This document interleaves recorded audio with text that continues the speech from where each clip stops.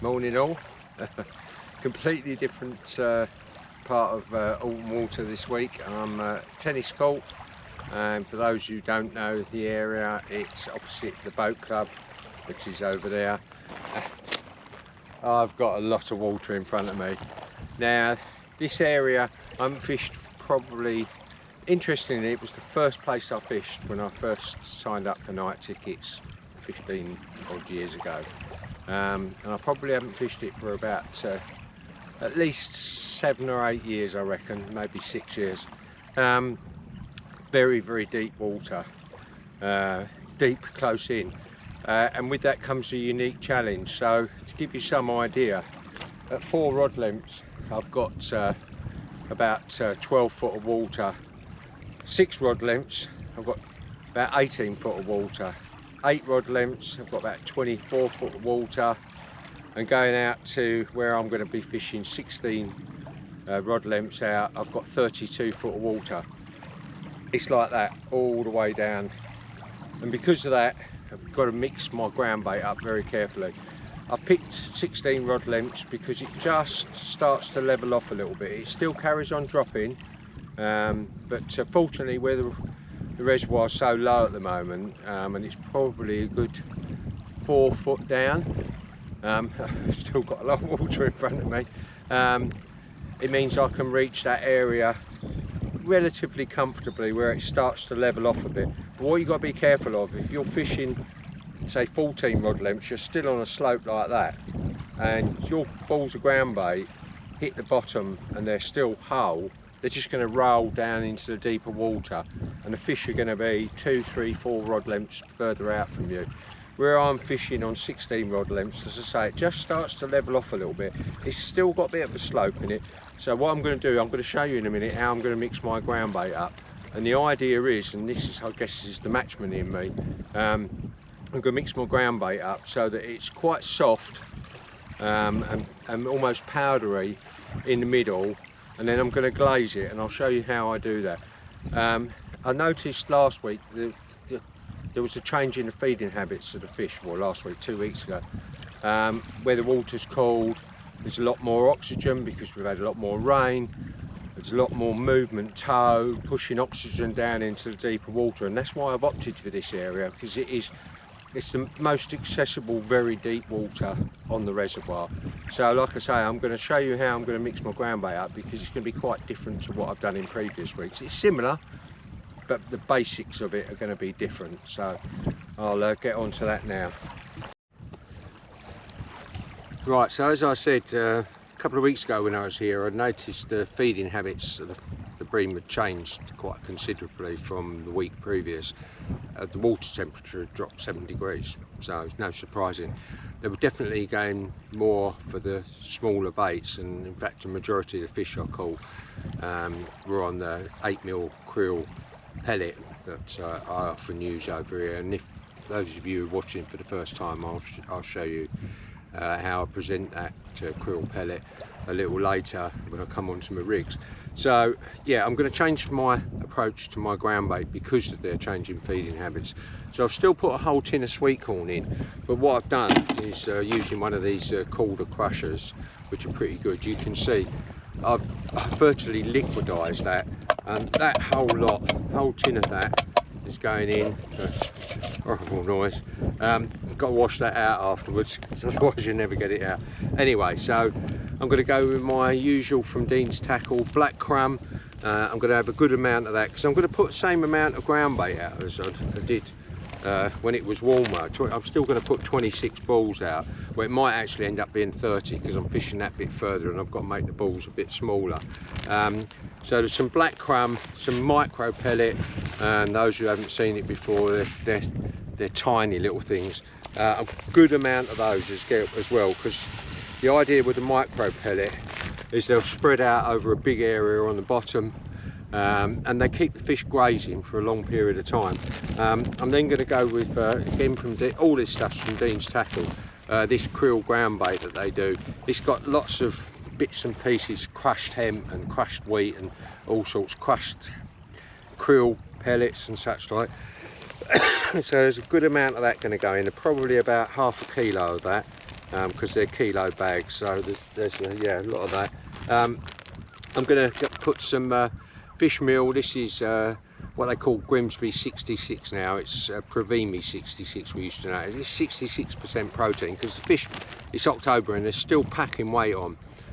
Still eating what insects they can find, what larvae they can find and such like. They want protein because it's a long cold winter when there's not a lot of natural food in the water. So this hopefully will draw their attention. So I've got about 3/4 of a bag there, and I'm going to put about half of that in, so it's probably about 1/3 of a kilo. Now there's a couple of things that are quite important. This helps to bind my ground bait. I've used this before, dark special G dark ground bait. I'm not going to put a lot in, just going to little sprinkle of that. It's very fish mealy, quite a lot of oil in it. I'm going to put a very small amount of the Vitalin Vitacarp, as they call it now, literally a couple of handfuls of that, just as a sight attraction. I don't want to give the fish too much feed.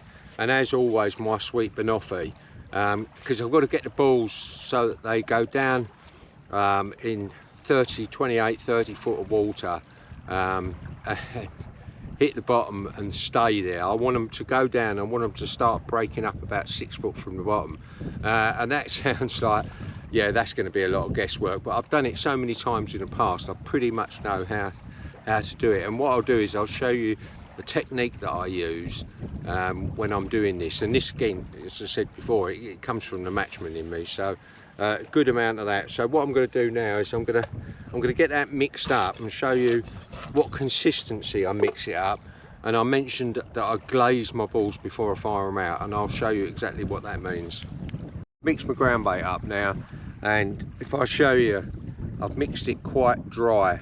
You can see that's quite loose. It's just damp enough to be able to, for me to be able to squeeze a ball together like so, and that's the sort of size I'm looking at. But that will break up, as you can see, very, very easily. So, but what I do to get it down, and this is trial and error over the years, like fishing a lot of deep waters, Nasing Meads and such like. Hemmingford's relatively deep, in particular here and across down past, just past Rabbit's Wood, there's some very deep water. So what I do is I glaze them, so I mix them up so that, as I showed you just now, that breaks up quite easily.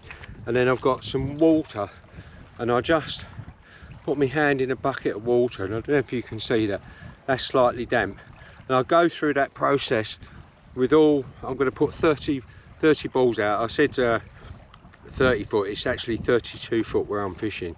And ideally I want those balls broken up before they hit the bottom. If they hit the bottom, even though it's only a gentle slope where I am, there's too much chance of them rolling away.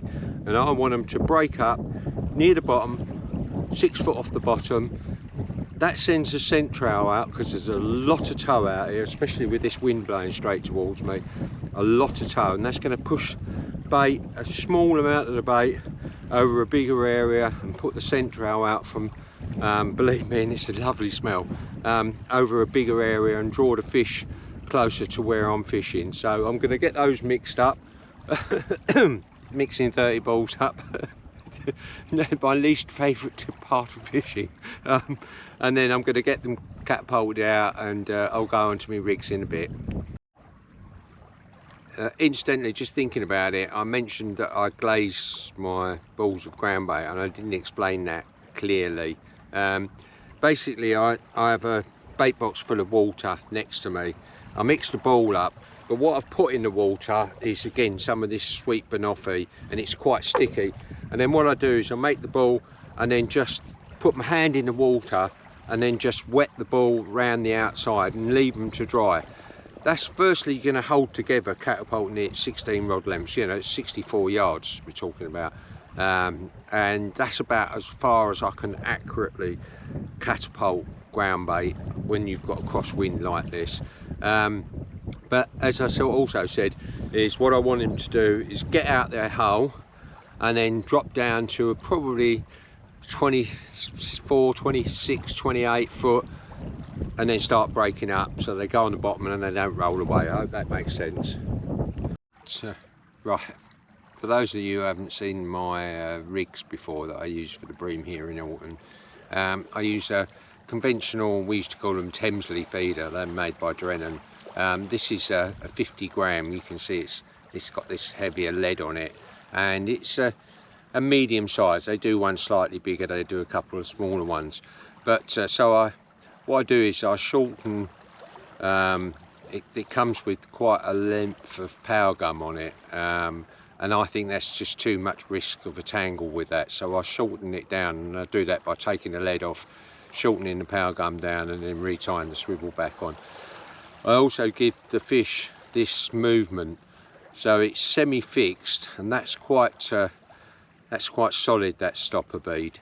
The idea is that, particularly with big bream and in deep water, the fish are bending down quite often to pick the bait up, and as they do, they sit back up. If they feel any resistance when they first start to sit up, they're just going to spit that bait out, and that's a single beep or a couple of beeps at most. What I want is them to pick the bait up, not feel any resistance, turn slightly sideways, then they'll feel the resistance as the feeder hits that stopper bead, bang, they're hooked. So the rig I'm using is that's 10-pound Gardner braid that's been stripped back, very, very soft, probably the diameter of 3 or 4 pound line. I've got about 6 inches of that. I've got a swivel in there to stop it spinning, and there's a quick connect stop made by Calder. I think they all do them, Nash do them, inside that buffer bead there. I then got this little stopper bead on the hook length, and then my hook this week is a size 8 Drennan barbel hook, and you can see this bit of silicone that I put on there. And the idea is, if you've ever tasted metal in your mouth, times that by I don't know how many for the fish, they're going to spit it straight out, and I just don't want to leave anything to chance. So I put this is pole float rubber, and I just put that silicone on when I'm making the rig up, and then if the fish puts its mouth over the top, it's not tasting the metal. Its top lip, which is its most sensitive part other than its barbels, if it's a barbel or a carp or tench or such like, they're not going to taste the metal. With the krill pellet that I talked about, and I'm going to mostly fish krill pellet. I'm going to have 2 rigs on krill pellet this week, because 2 weeks ago I found they'd come off of the boilies, certainly the krill boilies, the active ones that I was using, and most of my fish came on the pellet, and in the end I just fished 2 rods with pellet on. I'm going to start with 3 rods again until I know the fish are there.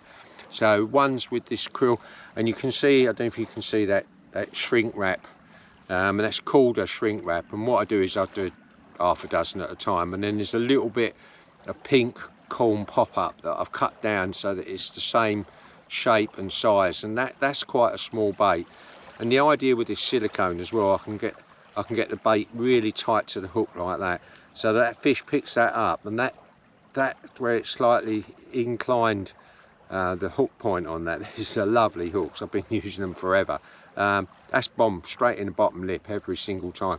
The idea of this stopper bead halfway down the hook length, for those who have not seen it before, is when I pack my ground bait into my feeder, I push the stopper bead in, and the idea then is that as I cast, that can't wrap over the top of the feeder. Last thing you want, especially now it's getting more difficult to catch the fish, get bites, is to have your rig sitting out there for 3 or 4 hours during the night, and it's all tangled up, and basically you've lost, when it's tangled over the top, you've lost that free movement, and you'll be getting single beeps and not realise why until you eventually wind it in and you go, oh, it's tangled. Putting this inside here makes it, trust me, it's 100% tangle proof. Sometimes you might wind it back and it will tangle on the way back because it's already pulled out, but for casting and presentation. And what I also do with the feeder is I pack the ground bait quite hard at the top and then loose towards the bottom, towards the hook length, so that when that hits the bottom, the ground bait falls out and covers the majority of the hook and the hook bait and the hook length. The fish come round and think, oh look, there's a nice pile of free offering, ground bait that I've been eating for the last 6 hours.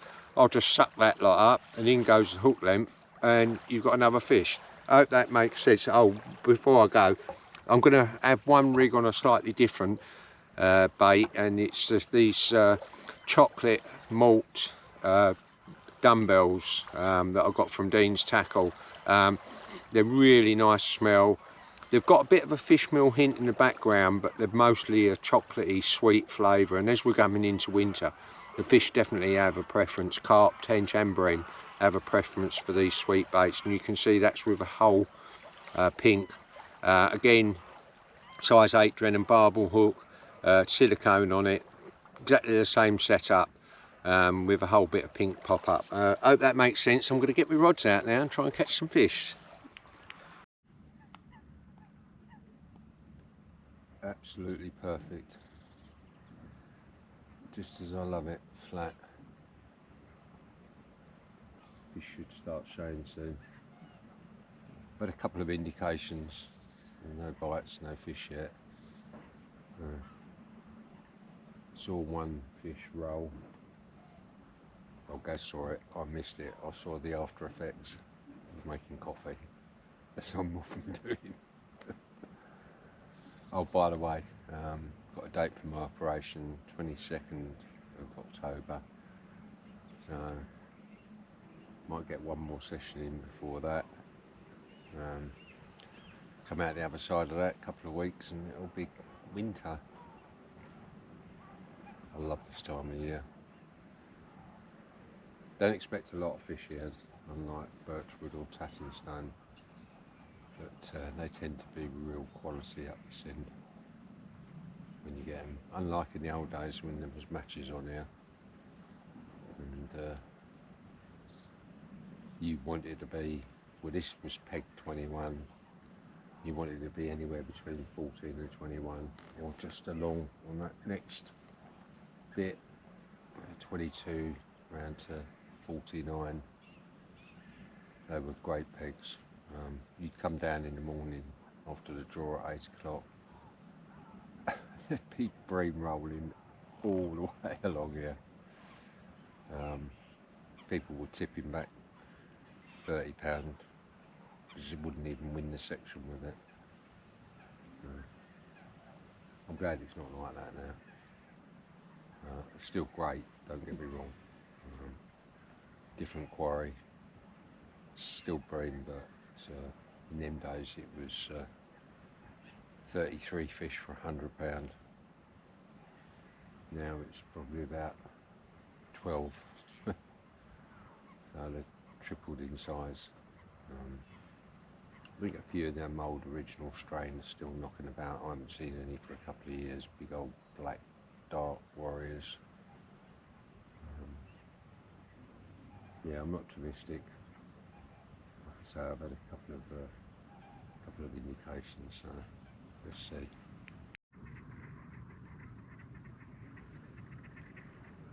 Absolutely beautiful evening again.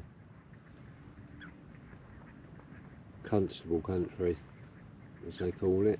Big skies, well, certainly that. Shame the fish don't want to play. Excruciatingly hard. One missed bite in 30 odd hours, and a handful of single beep indications. Not a lot of sign of fish movement either. I've seen a couple of bream roll, that's it. A long way off from me as well. If I see one roll near me, I've got something to target at the moment. Not a lot happening. Might have to, oh, and there's one right in the distance there. That was a big fish as well. That's probably 200 yards away. There you go. I've seen 3 bream roll. You've seen one of them on the camera. What's the chances? It's that time of the evening now. All I can do is keep plugging away. I know my bait's right, I know my presentation's right. So if the fish even thinks about it, I've got a chance.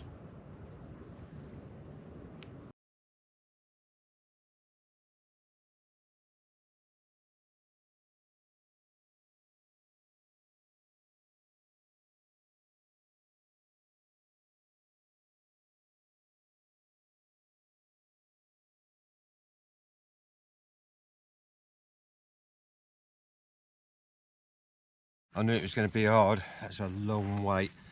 Look at this fish. Oh my days.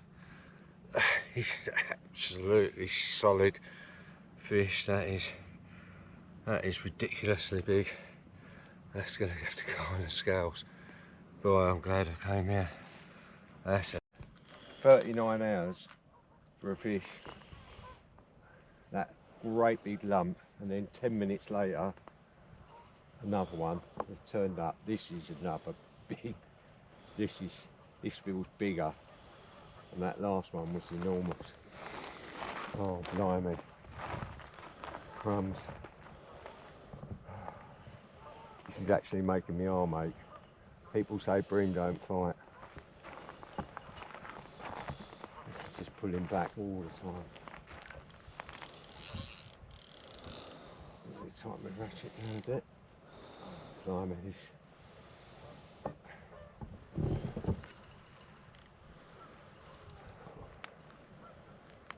Crumbs, this feels heavy. Oh, here we go. Right. Oh, that is, you can see that, that's a big fish. Let's look at that. Not quite as big as the last one. Still quite big. Right, so let's go out and have a look.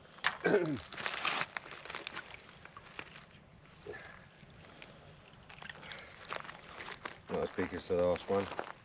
Not even close actually. Still lovely fish. Lovely, that'll do. Thanks guys, doing the camera work. It's not very good. It's alright. Alright, let's get her back, straight back. Thank you. Happy days. 39 hours, 2 in 10 minutes. Can't grumble. Alright. There she goes. Go on, girl. I actually thought that was bigger than that. Right. Thank you. Get another one. Still ain't drunk me coffee. 20 minutes. Wow. Another proper Alton bream. There you go. Look at that. Lovely, absolutely lovely fish. Boy, be worth the wait. I mean, I'm getting much sleep now. They're there. Another classic Alton bream. Not massive, but still a nice fish. There you go. Get her back. It's happening. Six fish in 2.5 hours after waiting 39 hours for a bite. Another proper Alton bream. Another lump. Absolutely solid fish. Beautiful. Lovely. Get her back. I'm not getting much sleep. Another proper Alton bream. These fish are lovely up this end. It's absolutely solid. I'll get her back. Not getting any sleep. Yeah. Fish number 10. Another lump of an Alton bream. Fish number 12. Another absolute clonking bream. Look at that. Lovely fish. Absolute. I'll say this, when you get them over here, and this swim or this area, they're big fish. That's a lovely fish. Absolutely. Another great big fish. Oh, that's clonking, great, beautiful fish. Let's get her back.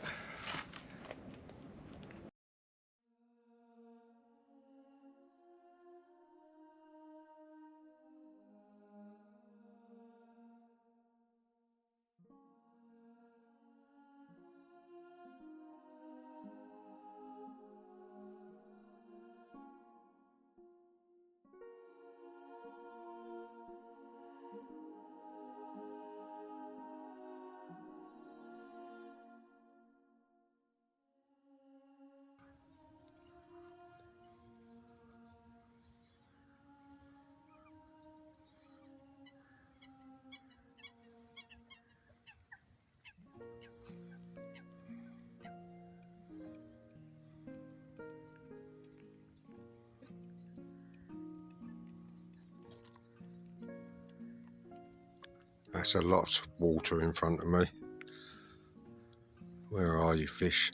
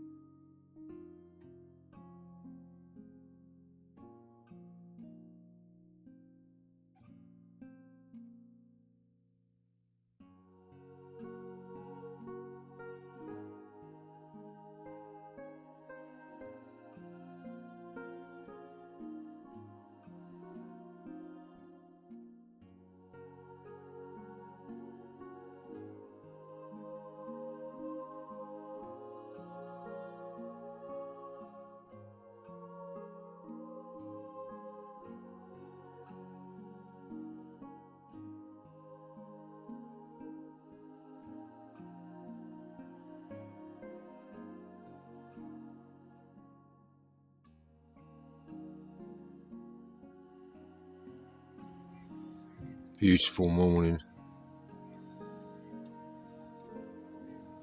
Fish are turned up.